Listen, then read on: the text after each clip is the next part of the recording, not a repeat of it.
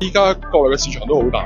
咁再加上依家好多年青新嘅設計師咧，佢哋都好有活力啦，同埋好有唔同嘅諗法。咁所以我哋加埋我哋香港，我哋本身有海外嘅一啲經驗咧，其實我哋大家應該要大家 brand 埋一齊咧，重新嘅一個潮流文化，然之後我哋再帶出嚟咧，到時嗰個威力會更加大。我哋影響力大係香港一早係已經係接觸咗好多外地或者全世界唔同嘅文化咧。本身我哋嘅 blood 睇嘅嘢咧嘅視野咧係一早已經係同外面接軌咗。咁如果再加上我哋依家有國內嘅一啲我哋咁大嘅市場咧，其實呢個係一個好大嘅機會咯。我覺得呢個係一個精神，係我哋中國人一個團結嘅精神咯。譬如話哪吒，你可以用幾秒鐘，我哋有10幾間或者有過百間嘅動畫公司，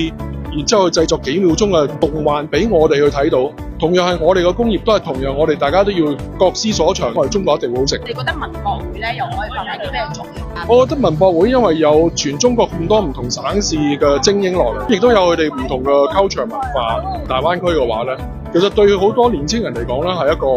好嘅機會，去認識到我哋祖國。原來我哋有咁威咁叻，就等於香港有咁型。